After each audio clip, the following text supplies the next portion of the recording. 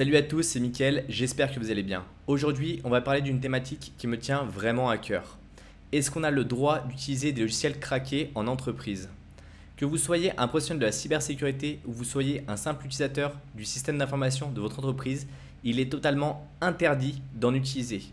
Je vais m'énerver un peu dans cette vidéo parce que j'en ai marre de voir des mauvaises pratiques d'amateurs qui pensent faire de la cybersécurité et qui vont en entreprise et qui commencent à imposer des règles qui sont complètement bidons.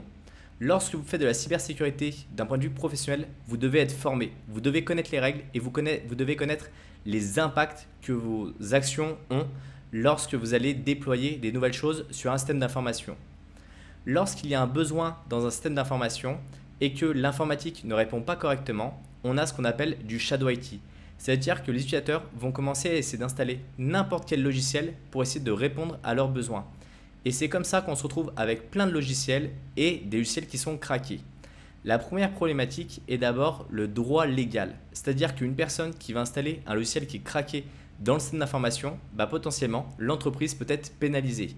Et elle peut même se retourner contre l'utilisateur. Deuxièmement, ça peut propager directement des ransomware et des virus sur le réseau.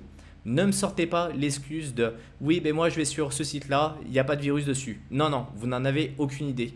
Toutes les personnes qui vont craquer des logiciels, elles ne le font pas gratuitement. Elles ont un intérêt à le faire. Donc soit elles vont mettre des ransomware, soit elles vont mettre des spyware.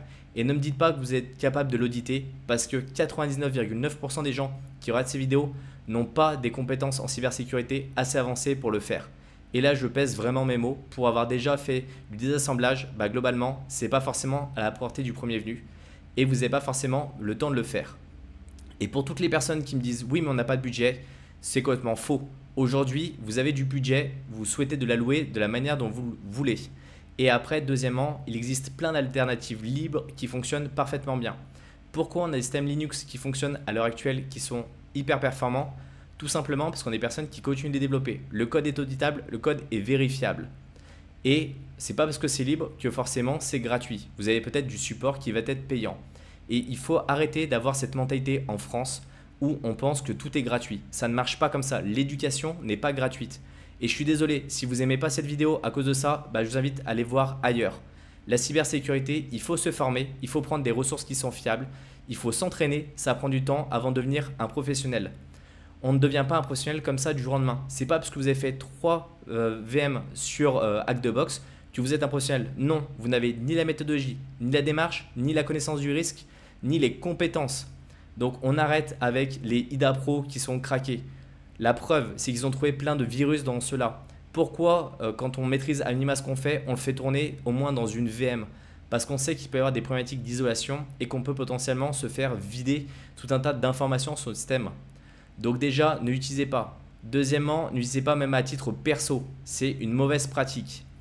Et encore pire, j'ai vu des personnes pendant des audits de sécurité déployer des backdoors, mais qui ne leur appartenaient même pas. C'est-à-dire qu'ils allaient récupérer un C99 sur Internet en disant « Ah bah oui, c'est une backdoor qui est utilisée dans plein de virus, j'ai la main dessus, je suis le seul à avoir la main dessus. » Mais c'est complètement faux, c'est juste aberrant. La personne qui a développé C99 a montré qu'il avait accès à l'ensemble des C99. Il y avait une backdoor dans une backdoor. Arrêtez d'utiliser des logiciels que vous ne maîtrisez pas, que vous ne connaissez pas. Je sais qu'il y en a plein qui vont me dire « Ah oui, mais moi j'ai besoin… » Non, vous êtes des scriptiers, arrêtez tout de suite. On n'est pas là pour ça. On est là pour faire de la cybersécurité de manière sérieuse. Donc, vous voulez mettre une backdoor sur un serveur chez un client, très bien, vous développez cette backdoor-là. Ou vous utilisez un code qui est libre, que vous pouvez auditer, que vous pouvez vérifier et qui ne laissera pas de traces. Et surtout, vous serez capable de supprimer cette backdoor une fois que vous aurez fini votre audit. L'idée, une fois que vous avez fait un audit de sécurité, c'est pas de laisser plus de vulnérabilités et plus de portes d'ouverture pour qu'un attaquant puisse s'engouffrer derrière. Non, il faut nettoyer l'ensemble des informations.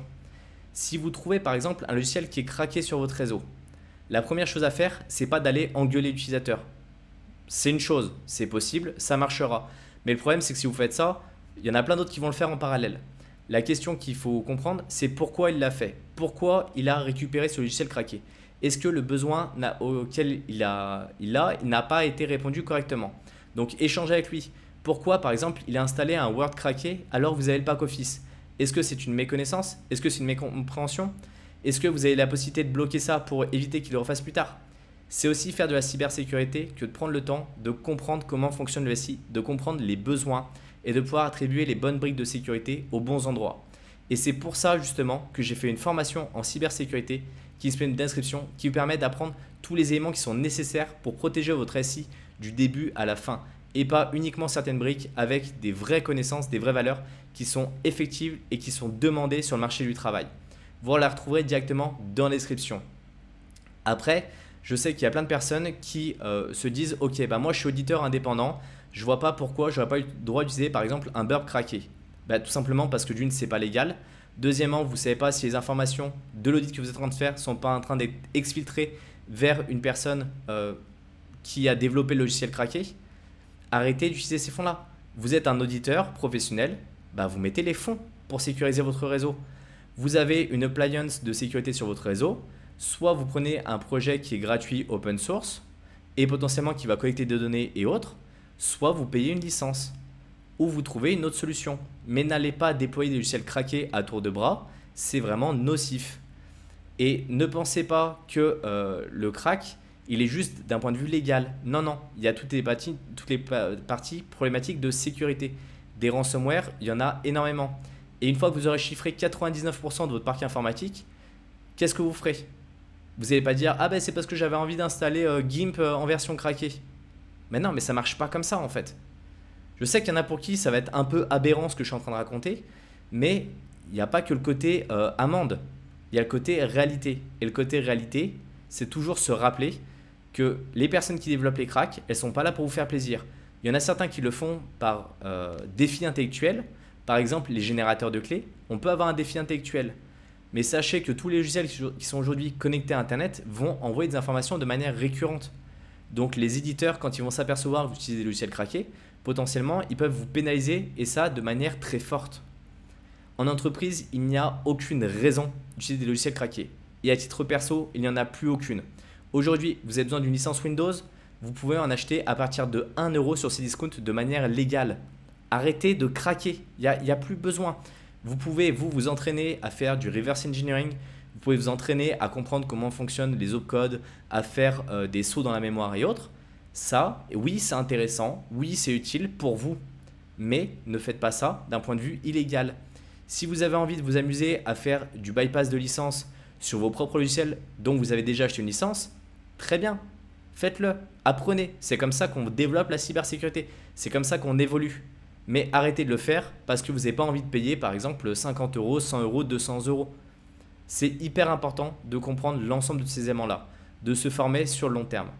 Je sais qu'il y en a beaucoup qui ne vont pas être d'accord avec moi sur cette vidéo, mais c'est pas grave, c'est ma chaîne YouTube et je l'assume pleinement. Maintenant, pour ceux qui veulent vraiment se former en cybersécurité, comme je vous l'ai dit, vous trouverez la formation directement dans la description.